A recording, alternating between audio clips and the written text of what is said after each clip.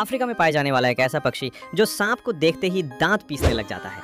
अगर सांप धोखे से भी इसे देख ले तो बोलती होगी, ये आफत कहां से आ गया। जी हाँ, हम बात कर रहे हैं सेक्रेटरी बर्ड की, जिसे देखने पर ऐसा लगता है जैसे बाज और सारस का कॉम्बो हो।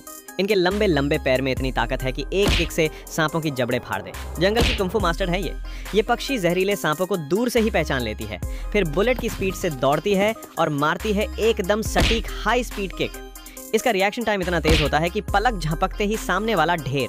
नेचर ने इसे विंग्स नहीं, वॉरियर एटीट्यूड दिया है। सच में सांपों से सुरक्षा चाहिए तो सेक्रेटरी बर्ड को ही अपना सेक्रेटरी बना ले।